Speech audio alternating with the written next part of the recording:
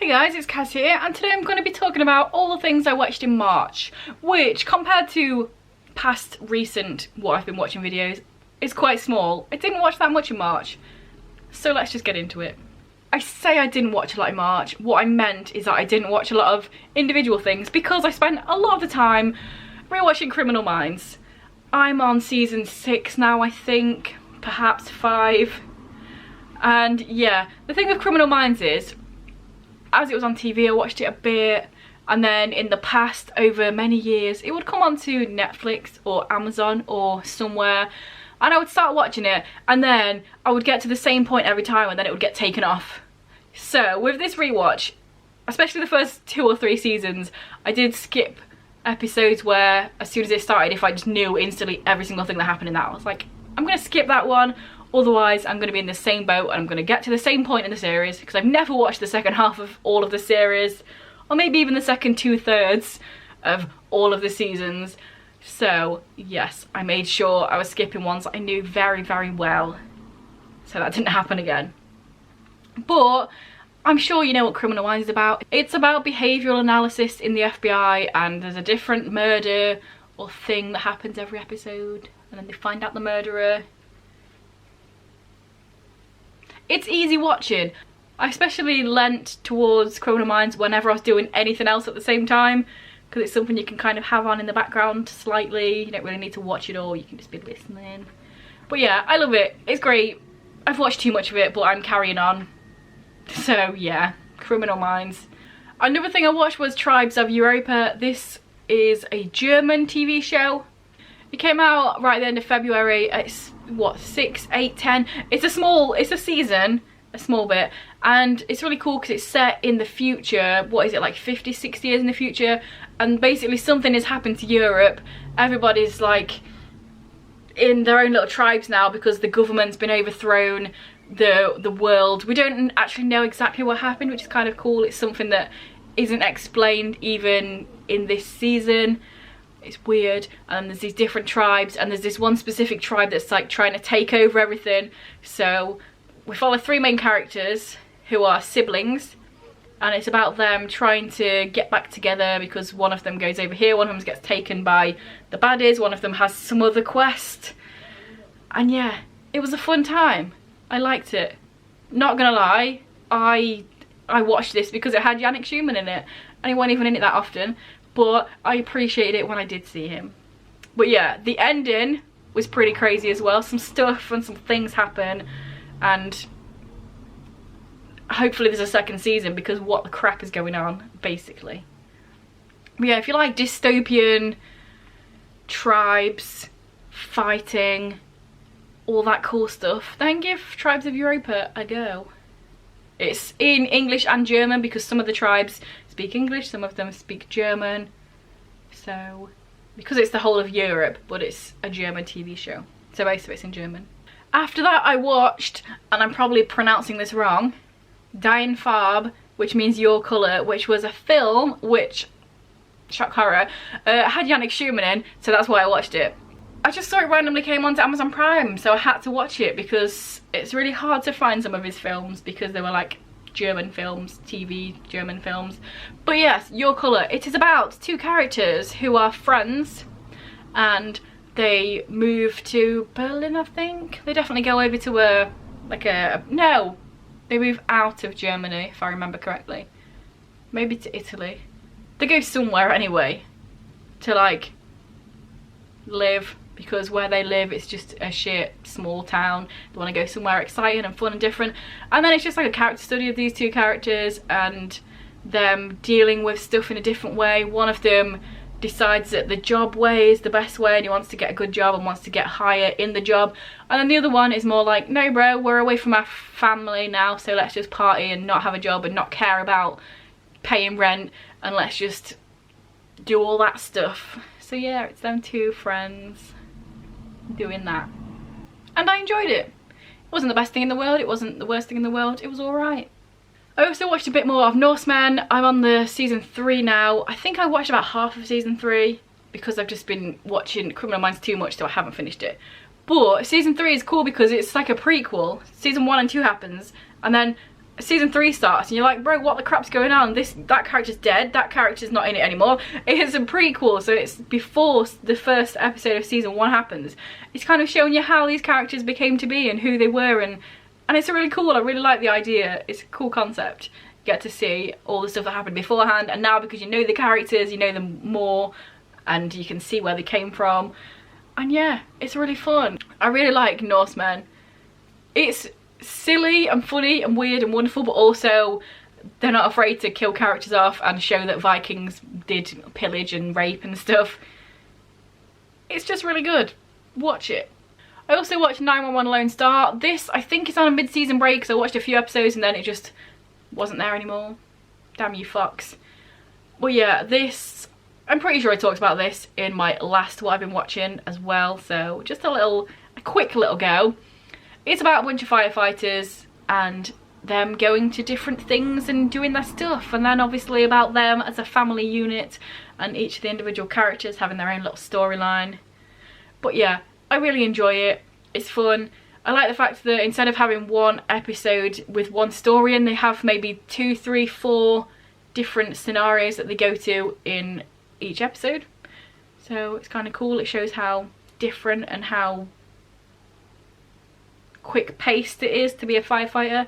Oh, you have to go and get this thing out of a tree. Oh, now there's a massive fire. Oh, now there's a person phoning and pretending to have a pizza when actually they've got an abusive boyfriend. Oh, there's something else happening. So yeah, it's fun. I've also been watching Drag Race season 13. I have a lot of feelings and thoughts about this that I feel like most people also agree with. Probably a few spoilers, definitely a few spoilers for Drag Race 13 if you haven't seen it yet. But this season feels a lot more produced than some of the other ones in the past. And obviously reality TV, it's all produced. We know that. But some of the things have been so obvious. Like certain queens have been proper ripped on the runway. Other ones have had nothing said to them, even though they look like this. Right? Or there'll be people that clearly did worse in a challenge, but then they won't get called out for it. And people that didn't do as bad will get called out for like the smallest, tiniest, niggliest bit. And then there was the whole saving Candy, even though Candy did crap on the episode, whatever. I can't even remember what they did, but obviously there was a reason for her to be in the bottom 2. And then failed the lip sync and then got sent away, but then also Overy was like, oh, I don't want to not see any more of you, so come back. And like, that is so obviously favoritism. Also, there was I can't remember who the lip sync was against, but it was somebody. I think it might have been Utica. Yeah, it was Utica and Tina Burner. And I wasn't necessarily even a fan of Tina Burner because I thought that her runways were, I mean, there's having a signature look and then there's being obnoxiously the same all the time. But Tina blatantly won that lip sync. Even the way the cameras were shooting it, it was always on her because she was more interesting. And then she got sent home. I don't know, it just is it feels too sus. Obviously, there's always playings behind the scenes, but you know, try and keep them behind the scenes instead of shoving them in our faces and showing how obviously you're treating different people differently. Just saying. But even with all that said, I do enjoy it. I just enjoy watching Drag Race. I enjoy watching all the different challenges and the runways and all the fun stuff. It's enjoyable. So maybe they know that. They know that they can rub it in our faces that they're doing everything that they can to force the storyline, but we'll still watch it because it's fun. We're about halfway through, so let's hear from those sponsors and then I'll be back. Hello, wonderful Tim. Are you sat in the door so you can tell everybody else to go away when they come in? Yeah, she likes doing that. She likes sitting at the door or on the stairs and then just meows and hisses at the other cats when they want to get past. You're such a meanie, but you're so cute, so you're allowed to be. Speaking of Drag Race, I also watched a Drag Race UK season 2. I've not watched season 1, I watched the first 2 episodes I think, but because I don't have BBC, I've been using a VPN to watch season 2. And then like last year or whenever season 1 came out, I don't know, I watched the first 2 episodes. I think I found them on YouTube but then didn't find them anywhere else. It was before I had a VPN. But anyway, that's beside the point. I watched season 2 of Drag Race UK and it was so much better. I think that's also why the American one looks so produced, because the British one isn't as bad. I really enjoyed all of the queens. I enjoyed the different, I've got the word tasks in my head and I know it's wrong, and I've had it in my head the whole time I was talking about the American one as well. Tasks, no. The different things that they had to do, I enjoyed them all. I enjoyed the runways. I also like the fact that there's less fake drama. Sometimes there's drama between people because of real thoughts and feelings. Maybe it's a little heightened, but for example, there was one thing, I think it was on the first episode, and Astina and Tace were both doing Naomi Campbell on the runway because of reasons, and you just know for a fact that if that was the American version, they would have had beef and had a fight about it, and it would have had like 3 episodes long beef about the fact that they're both going for the same person. Whereas in this, they were just both like, oh yeah, isn't it bad that there's not that many people of colour that we can choose from to do this Icons runway? And they had a really interesting conversation about there being a lack of black and people of colour icons for them to do, and that the fact that they both have to do the same icon, and they were like, oh, maybe in the future we can be those icons for other people. And I thought that was really nice, because I feel like that wouldn't have happened in America. It would have been claws out, teeth out, bitchiness out, you're not allowed to do that because I'm doing it kind of thing. So I enjoyed that. I enjoyed Taste just in general. I love Taste. I'm glad that she stayed till the end. I also just love just British humour and sarcasm and dryness, and I mean, Tia Coffee, bless her, absolutely shit runway outfits, but I'm so glad she stayed as long as she did, because her confessionals were the best. She was just so English about it, like, do I look shit? Yeah.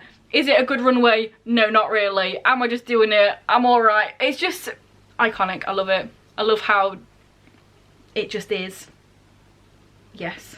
I do think that the one production thing that's obvious, it was so obvious that Lawrence Chaney was going to win from episode 1, just because of how much they made a big thing of him saying his name in a Scottish accent, even though Ellie Diamond is also Scottish, and then that whole thing happened with Ellie saying, why do you not say my name like that? And then they acted like that was an affront to Rue, even though it was a very good question. But yeah, I feel like from get-go they already knew that was going to have Lawrence Chaney as the winner, and then Bimini smashed in from the end and won like 4 or 5 or 6 episodes in a row or whatever. And they were like, oh shit. But then they still gave it to Lawrence, because obviously it wasn't just about the performances. There was a reason behind it. They wanted him specifically to win. So some of the episodes he didn't do so well on, they kind of didn't show him much. Like Snatch Games, not funny, but they only showed him like twice just to show that he wasn't funny. But we're not going to show you too much. We're going to show you these other 2 people that were worse, definitely. And other certain things where he didn't do so well, but they kind of let it slide because they knew they wanted him as the winner. But I do think he's a worthy winner either way. Good times. I enjoyed it. I also started watching Disenchantment. I think I've done maybe the first 3 or 4 episodes of season 3. This is unfortunate because I think the first season of Disenchantment was really funny and really cool and really interesting. It's by the same people that do Simpsons and Futurama. It's Matt Groening, and it's that sort of artwork but in medieval times, and I thought it was really cool. The first season was really fun. I really like the characters, but we're just kind of going downhill a little bit and then down a little bit more.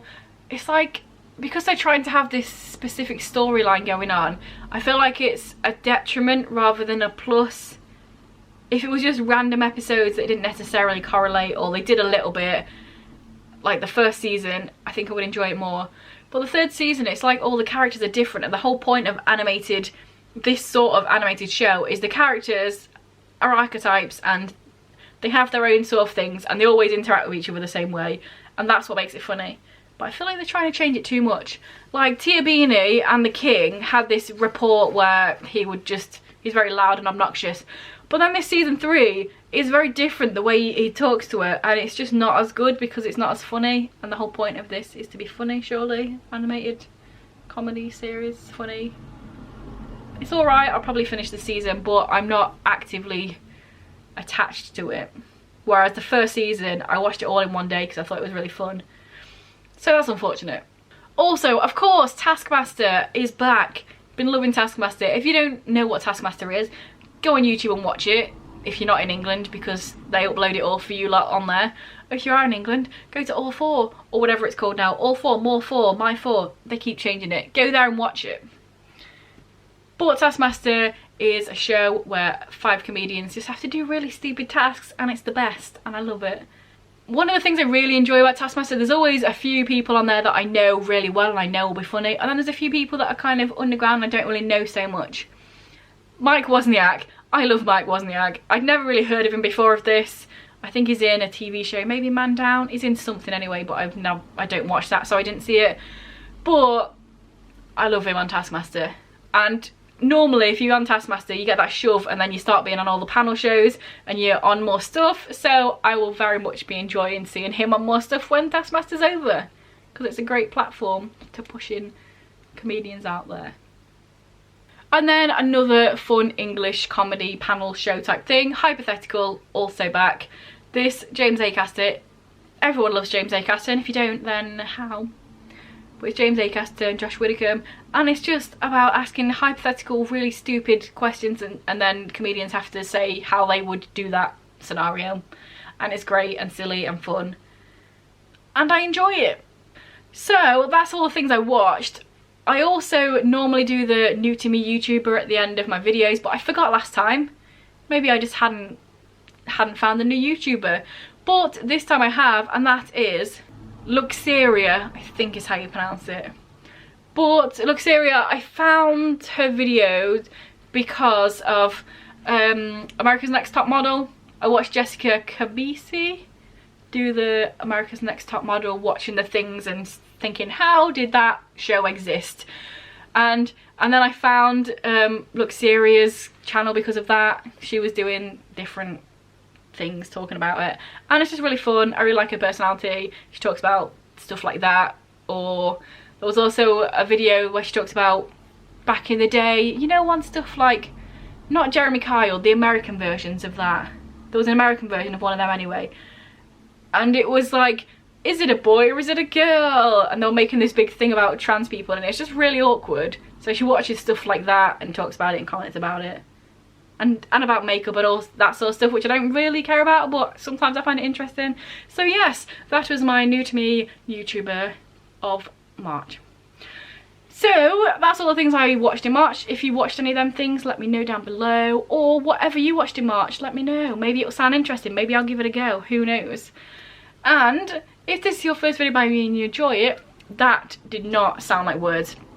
If this is your first video by me and you enjoy it, please check out some of my others. And if you continue to enjoy it, then please subscribe, that'd be awesome.